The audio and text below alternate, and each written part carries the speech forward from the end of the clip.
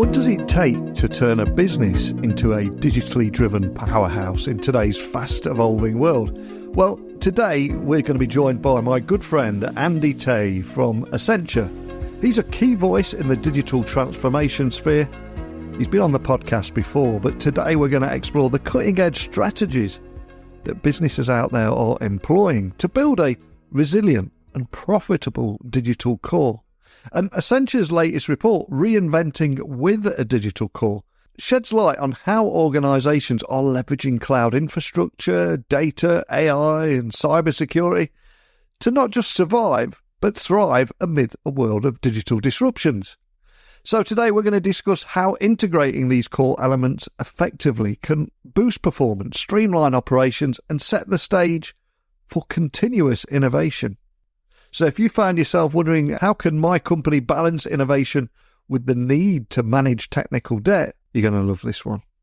And we'll also talk about what it really takes to transform these digital investments into tangible business outcomes.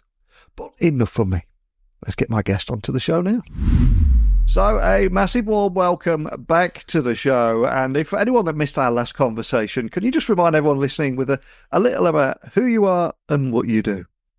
Neil, firstly, thank you so much for having me on the show. I'm Andy Tay. I serve as our global lead for our Accenture Cloud First organization, and I'm essentially responsible for our partnerships with our largest cloud providers out there in the industry, both from a public and indeed from a private perspective. And if you were to think of Cloud First and what I do, it's an assembly of multi-service grouped and global professionals, cloud professionals.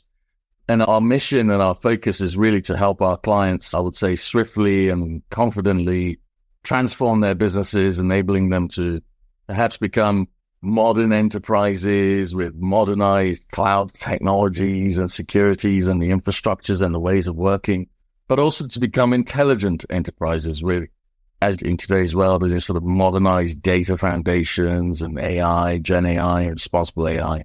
And finally, to help our clients achieve this concept of breakthrough enterprise and achieve new performance frontiers. And that can be from the bottom line or the top line in terms of new revenue paths, or helping them enable new customer experiences, or perhaps even in areas like sustainability. And so I, along with the team, help drive cloud advisory, design and implementation services globally. And it keeps me busy, as we know, but I'm extremely thankful to our clients and all our partners who entrust in us their transformation and reinvention journeys. And I'd like to say, with Accenture, our clients don't just compete, but they lead and they succeed. And that's my mission every day.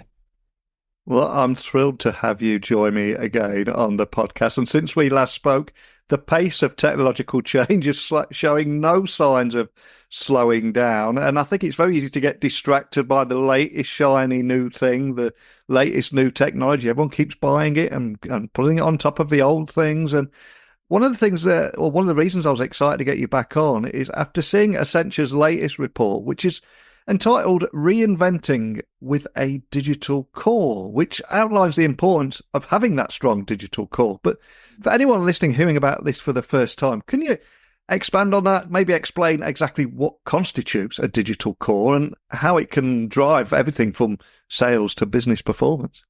No, thanks for touching that one. The digital core is the foundational critical set of technologies that make an organization's unique ambitions, sort of all the companies out there sort of want to really drive towards an ambition or reinvent themselves to a new frontier. And the digital core serves as that critical set of technologies that really help those ambitions come to life. And we've got 7 core elements of a digital core, and it spans from modern cloud infrastructures and practices that help enable companies become more sort of agile and innovative, enabling a data and AI backbone that helps bring sort of differentiation, really critical in today's world to have that sort of AI-powered differentiation. And that includes responsible AI and, of course, the latest buzzword of Gen AI capabilities that truly, from every part of every department in every company, is serving as an accelerant.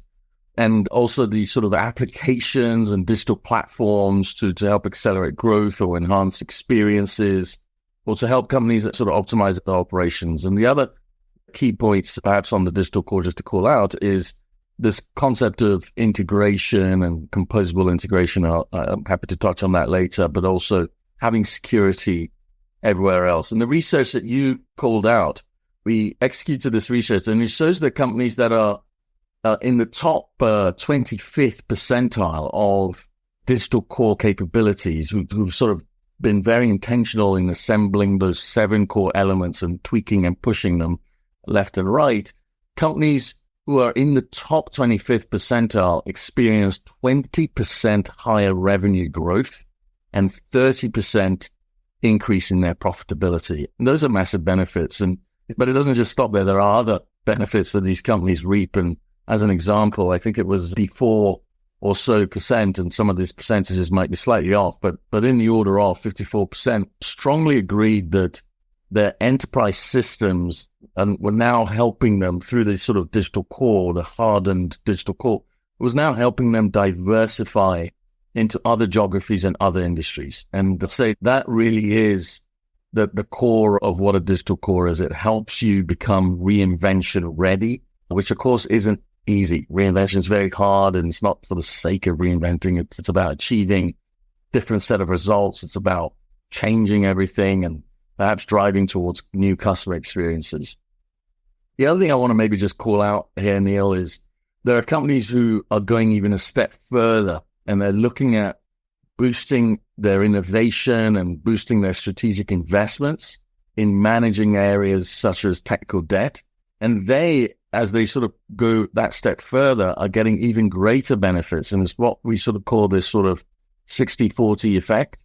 They're achieving 60% increase in revenue growth and 40% increase in profitability. It's just significant. And so I think as companies sort of push themselves to achieve these sort of advanced digital core capabilities, they just get themselves in a better position to perhaps quickly adapt to business needs, adopt new technologies, and mitigate against this myriad of risks that are out there. And essentially, they become reinvention ready. And that's a huge focus of Accenture right now. And that's why we wanted to get this digital core research out there, what we call reinventing with a digital core.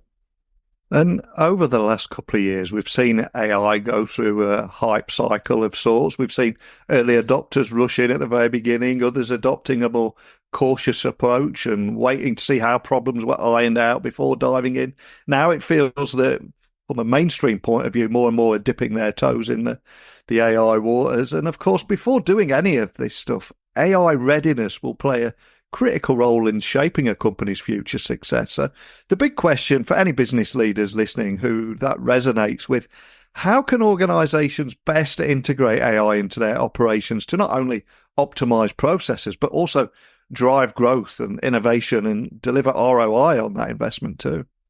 The really great one. And like you rightly called out there, Neil, I think in the last sort of 12, 18 months or so, there are a lot of experimentations and the quote unquote dipping off toes in AI specifically and particularly in Gen AI, less so perhaps on classical AI, but Gen AI has served as this sort of accelerant for classical as well. But as we sort of turn the year and we're going through 2024 and as we sort of look forwards to FY24, the new calendar year, we're seeing clients and customers out there and enterprises out there really go beyond the experimentation and look at how to sort of get it scaled inside their enterprise. And the ingredients of AI success require that strong set of digital core capabilities that I touched on, because otherwise you sort of, your technology can truly limit your ambition. And we like to say that AI also plays a role in helping you maintain or evolve that digital core. And so it really starts with adopting those 7 components. And I would say it's also important to note that it goes beyond the technology, and we're continuously assessing what it will be to enable people to do things in the new and how AI will drive value and new business outcomes. And as we sort of do all that, we recognize that process is key. You get your 7 components in, you say, okay, what else do I have beyond the technology? And process starts kicking in, and you start wondering, well, what do you mean by that? And if I was to dig in a wee bit there, it includes building a data-driven culture. So sort of this data first, truly pushing your company to understand everything about itself, its customers, its suppliers, its end-to-end supply chain through data, and also understanding and the ethical considerations and what we are out there sort of pushing, which is this sort of concept of responsible AI. And it also goes in terms of really succeeding and integrating with AI. It also goes into investing in talent and training of your people. Then, of course, you've got to sort of look at identifying clear objectives, knowing where you want to be and also where you are, and truly assessing what your AI readiness is, having perhaps a plan around early pilots, and then a very intentional plan that maybe sees you start small, but then scale quick. And we've seen the scale in areas like customer service, where generative AI successfully automates and gleans out these sort of insights for frontline service workers. And as an example, we're working with a technology retailer in Europe to truly unlock new growth and customer savings through their customer service by accelerating the adoption of new Gen AI capabilities. We're helping them move across that digital core, the stack of them. So we're helping them move their operations from a legacy data center to the cloud. We're helping them be very intentional in the public cloud versus private cloud posture and what should go where, and do they need data repatriation or not, and really helping them build this sort of powerful digital core that then fuels their customer service with a unified data foundation as such. And with that, they're getting customers with happier engagement scores, greater efficiencies with their customers. We're seeing higher touch experiences, faster and easier access to information, et cetera, et cetera. So the benefits just go beyond. And so super important to be very intentional in how you implement your AI, feeling comfortable in starting small, but be really focused in having a scale plan that has responsibility at the core as well. And in the report, it also emphasizes re-engineering systems for AI operations. And I was thinking, just to maybe bring that to life a little, are you able to share any examples of how companies that are investing in innovation are actually better positioned to redesign business processes and enter new markets and drive growth?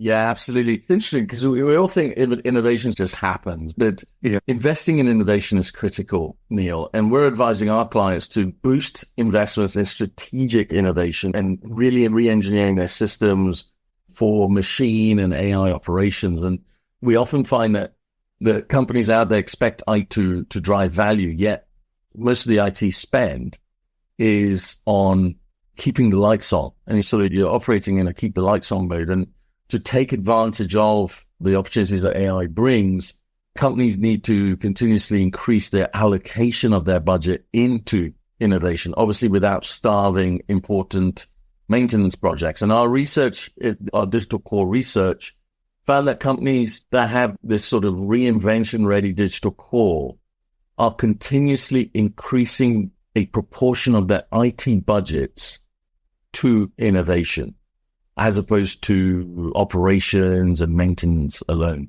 And those who are succeeding are seeing sort of a reduction in inefficiencies, they're consolidating their vendors, they're optimizing their cloud costs, they're seeing greater value, they're operationalizing with wholesale automation across the board. And they are successfully redesigning their business processes, they're launching new products, they're launching new services, and they're entering new markets. One example is with a global consumer goods company that has over 400 brands. And when you have that, you have to have an intentionality around how you're innovating on those brands and what you're investing on those brands. And in partnering with ourselves and our partnership with Microsoft and with Avanade, their commitment to innovation is now upwards of $1 billion in R&D every year. And they attribute their massive sales growth to that focus on innovation and that focus on brand investment. And it's just super, super important for companies to, in my mind, have that sort of intentionality around investing in innovation in order to truly achieve success.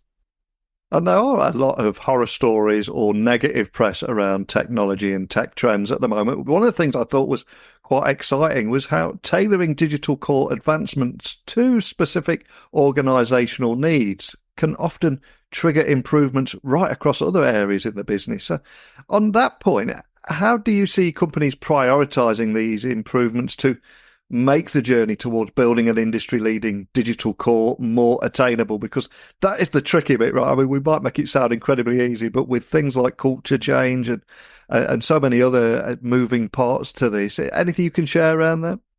Yeah. Everything is so different. Every company's different. Yeah. Every digital core is different. There are, as I touched on, 7 key areas of a digital core: the digital platforms, the data, the AI, the infrastructure, the integration, the security, and this concept of a control plane that helps you sort of manage the continuum across your estate. And getting an industry-leading level of a digital core involves improving in all these areas. As I mentioned, every company is different. Every digital core is different. One organization might want to prioritize one aspect of their digital core, and another one looks at another area. And all their journeys are unique. They all start somewhere else. But one area that I would say that many people start with is on what we perhaps call the no regret moves, and in terms of building the capabilities that will deliver key efficiencies that can then be reinvested into the next step of the journey. And so I think this sort of concept of prioritizing which area you want to improve is critical, and identifying the right set of no regret moves by assessing in a very intentional way, assessing your current maturity across your digital core, identifying your gaps and creating a roadmap is so critical.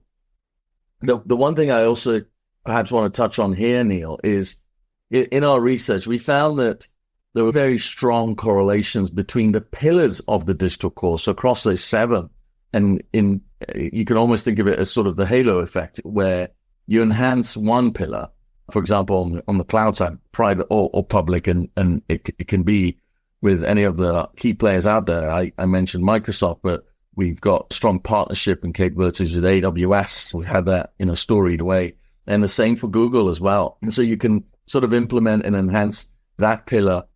And then what we find is that has a beneficial impact on another pillar. And you start looking at your data and AI and bringing in the capabilities that some of these houses have. And the impact or rather the degree of impact, this sort of halo effect, can range upwards of %, depending on, of course, which pillar. And so tailoring your digital core and being intentional on which area you want to advance, and being sort of really focused on which area you want to prioritize is critical, but it's also very unique. And I think one of the challenges that many organisations face is the oldie but a goodie, the balancing of technical debt with future investments. I'm sure it's something that you hear about time and time again. So how can companies better allocate their IT budgets effectively to reduce some of that technical debt while ensuring they're making those strategic investments in future technologies that they have to do? I think in the past, we look at a lot of, if you go in look at any airline or airport, there's just new tech on top of old tech repeatedly, and there's a whole heap of problems there. Yeah, technical debt is essentially the cost in terms of money and in effort that is necessary. It's critical for a company to keep its IT systems up to date for the current business needs. But what's important is to look to the future and to balance your technical debt liabilities with future investments that are necessary.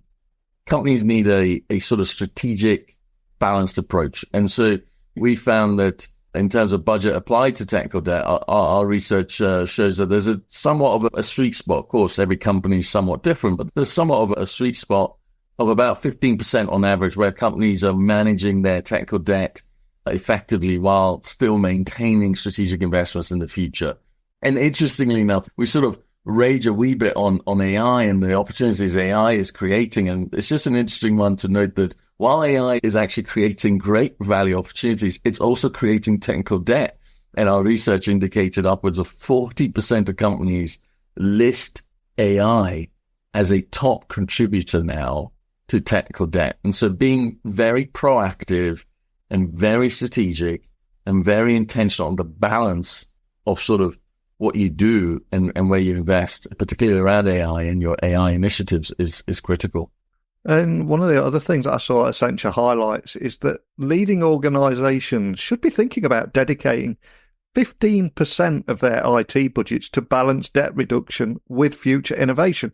Quite a powerful stat there. So how can programmatic and autonomous methods help organizations maintain some of those evergreen IT capabilities that we're talking about here? Well, evergreen IT isn't easy, Neil. Technical debt, as we've discussed before, has ballooned. And obviously, this is because of financial and time constraints, but also the breakneck pace of tech change and tech innovation, evolving product requirements, talent shortages.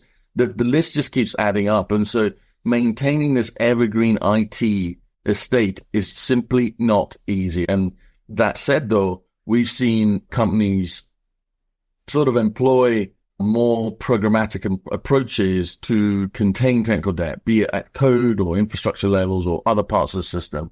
And it does mean then being more proactive and staying ahead of it. For example, AI today is both, as I touched on, technical debt risk and a solution. And it can, on the one hand, be used to automate the management of technical debt whilst as well accelerating your future. And so I think we will see more companies adopting more programmatic approaches, not only to automating code refactoring, testing and documentation, but also on infrastructure, such as programmatic version control systems, et cetera, et cetera. So it's an important point, sort of, and really adopting these programmatic and autonomous methods to really maintain your IT estate. And of course, everything that we're talking about here has a lot of different moving parts. So what role do you think the cloud infrastructure, data management and cybersecurity collectively play in maybe building that robust digital core that we're talking about? And how do you think companies can ensure these elements do work together to achieve that long-term success? Yeah, one of the core parts to build a robust digital core that companies need to effectively integrate their cloud estate and the continuum of their cloud, be it the sovereign cloud or edge cloud or private cloud or their public cloud, and perhaps some of them might be multi-cloud.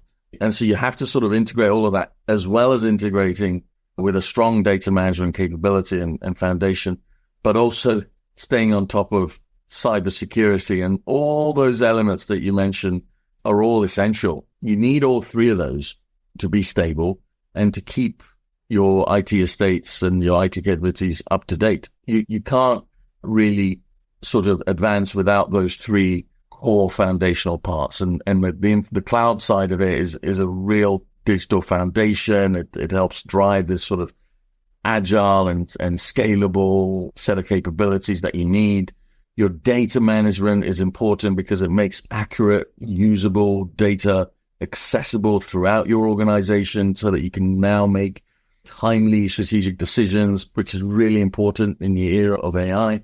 And then, of course, cybersecurity, as you mentioned, is critical across your digital core. Without it, you can't evolve up the stack. It protects your infrastructure, protects your data, and it helps you mitigate against risks from AI as well. And it helps you sort of safely scale opportunities throughout your platforms. And so those three are super important.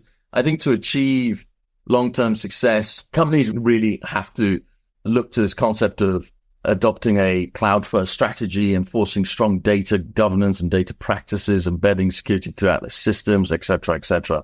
And when you do that, I think you start getting to this concept or this continuum of being a modern enterprise with modern infrastructure, modern networks, modern applications, modern data, and modern ways of working.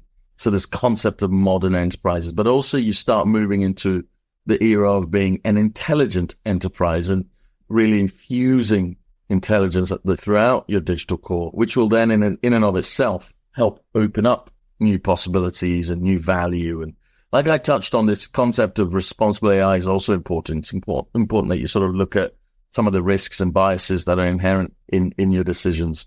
And so you then now can say, okay, how do I achieve new performance frontiers? How do I get towards this next level of an S-curve? How do I get different results and drive better experiences? And this concept of a breakthrough enterprise, so to speak. But the one thing I would say is it's really difficult, and companies can have this sort of look at it and go, oh my God, it's a task that is heavy to undertake. We have found one of our best pieces of advice, and it doesn't necessarily have to be with us, but it can be with Accenture. But one of our best pieces of advice is the best companies out there, the ones winning, the ones achieving those next levels of an S-curve of value, are the ones who do not go it alone. That in fact, the fastest impact to a reinvention-ready digital core comes when you team up with your ecosystem of partners, as I mentioned, with the likes of Google and Amazon, ServiceNow and Microsoft and Dell and HPE and IBM, et cetera, but that ecosystem of partners to help you jointly innovate, so critical. And then, of course, a GSI like Accenture to help you assemble and orchestrate across the myriad of complexities. And if we do dare look ahead into 2025, how do you see the role of digital cores evolving? And are there any other important factors you think organizations should maybe thinking about focusing on to remain competitive and continuously reinvent themselves in this rapidly changing business landscape? There's so much going on, it can be difficult keeping up, can't it? It is. It is really difficult keeping up. And just as individuals, it's super important to keep up and to almost push yourself to reinvent yourself almost every 5 years or so. And now that 5-year cycle is becoming 2 years, 3 years, that kind of thing. Yeah. But I think we're only really at the tip of the iceberg here. And in terms of what the cloud and this sort of cloud-based digital core can do for businesses in this era of AI-powered invention and reinvention. The concept of continuous reinvention hinges on establishing your modern digital core, but you've got to keep evolving it. And so I think the role of the cloud in a digital core as we go forward here cannot be understated. It serves as a sort of foundation of tech innovation. And we've seen that the cloud can truly help accelerate your business, and it's at the core of what you do across the board. I think if we look ahead, perhaps into 2030, dare we say, we're going to increasingly sort of have different challenges as we always have. Everyone's on a different course. The pace of their migration and their modernizations will be sort of at different paces. There'll be new tech debts out there. There'll perhaps be a continued misalignment or lack of business and IT alignment. The complexity will continue, and it's just important that companies continue to focus on continuous reinvention, just continuously staying with it, fostering that innovation culture and creating talent through upskilling and really training them. Education is a key one for us as well as an Accenture business, but helping your talent upskill and continuously iterating your digital core, also re-engineering your processes. All of that is really important for your onward success in that unknown future. What we do know is that change is coming and it's not stopping.